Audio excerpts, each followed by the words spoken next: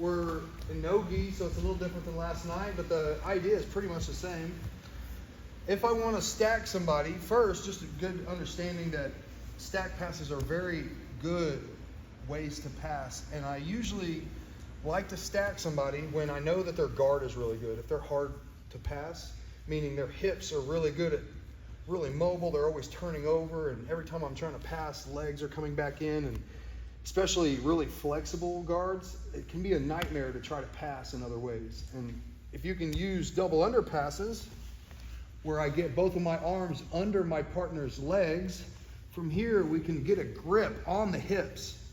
And if I can control my partner's hips like so and shelf their legs up onto my shoulders, it takes away all of those problems that you have with other types of guard passing, with those hips and the legs being able to pummel back in. Another really good thing to understand is that from here, there's no arm bars or triangles. Arm bars and triangles happen from here. If I can get under, most of those submissions are not there and not available to him. There are some submissions that he can do from here, but they're not the most high percentage submissions. So this is a decently safe way to pass as long as you're aware of basic threats that he can try to do to you. They're easy to beat a lot of times if you can recognize them. So looking to get good at this is very important. But here's another thing that this takes. This type of passing takes patience. If you get in a hurry, you're going to do a lot of work and end up failing at the end. So just remember, if you're going to stack somebody, it's to first get control of their hips, take away some of their main submission threats, and the real ultimate goal is I want to use this to control them and make them tired. The more tired and uncomfortable I can make them during this pass, the more likely that they will not fight hard once I pass. If they have energy to fight hard, maybe they get their guard back, but if I can just demoralize them, make them really tired, they'll just let you pass. So it's a really good way to pass.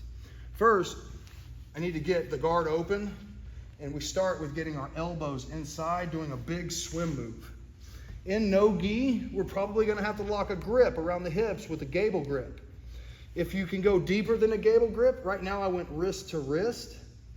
This is even tighter grip. I want to try to close the tightest circle around the hips that I can. Once I get my grip around the hips, guys, I need to get his hips off of the floor. You have two options. I can drive into my partner, putting my knees under his tailbone, or if you're a beast, you can pull him up.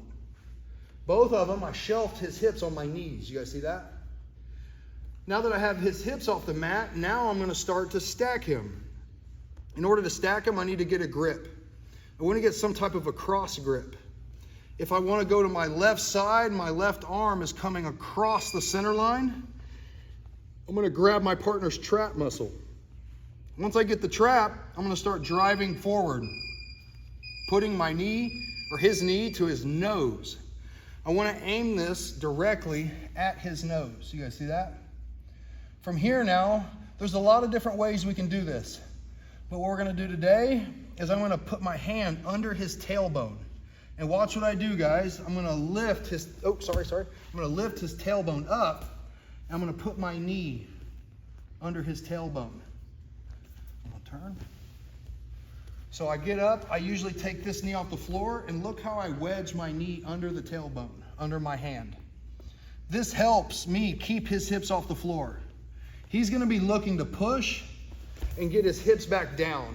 That's what he wants. I want to keep him up. So this knee coming under and wedging, this helps me a lot. Now that I'm here, guys, the basic pass is just looking back at the ceiling, slightly angling with my hips, and using my chest and my shoulder to pass that leg in front of my face. And I drop chest to chest. I block the near side hip and I cover the far shoulder, and now we have a guard pass. Let's just start there. We're going to first just do the pass a few times, but then we're going to take our partners back using this pass. But you got to be able to pass first. So elbows in, once the guard's open, big swim move. Lock around the hips.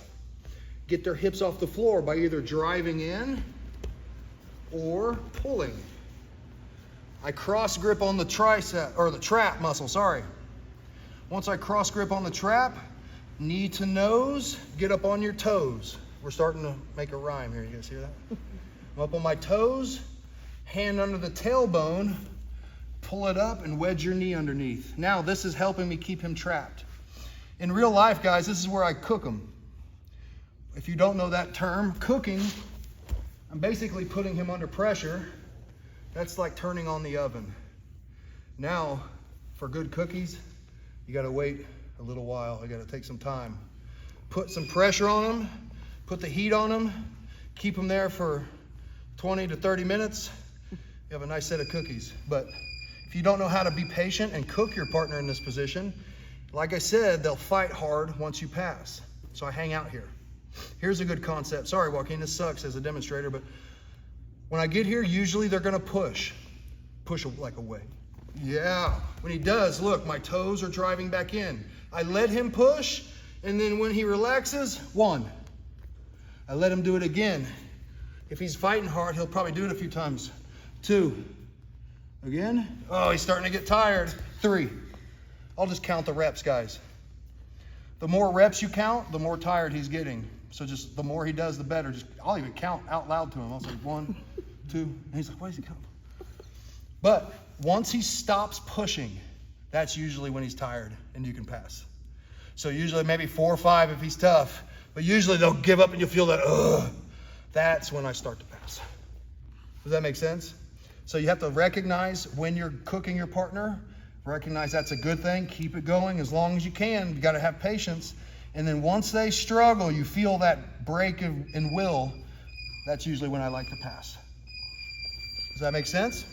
So do all the steps, feel the cooking, have your partner push back, count the reps, stay heavy, keep their hips up. You'll feel it as the person on the bottom how effective it is. And then just learn to be patient. Ready? 1, 2. Sorry, Joaquin. I got the angle. I'm stacking this guy. Maybe he's been pushing. He's really desperate to get out of this position.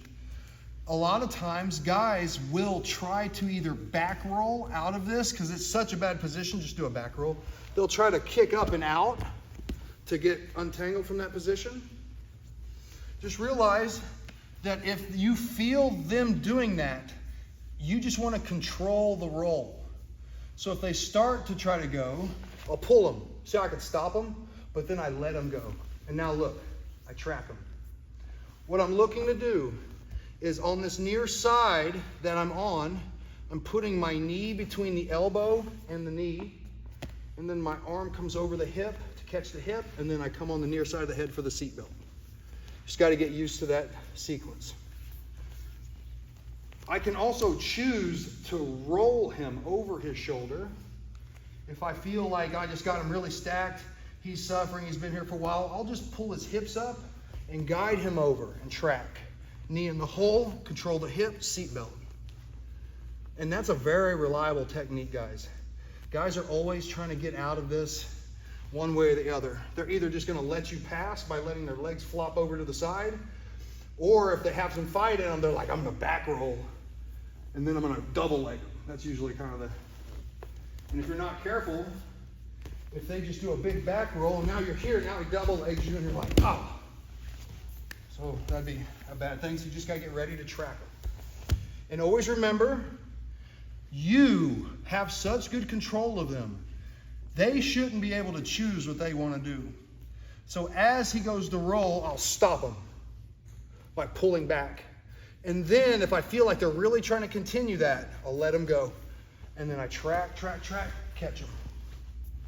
You guys see that? So once they roll, knee in the hole, elbow over to the far side, switch to the seatbelt. And then from here, we're looking for crucifixes, chokes, back takes. There's a ton of stuff you could do.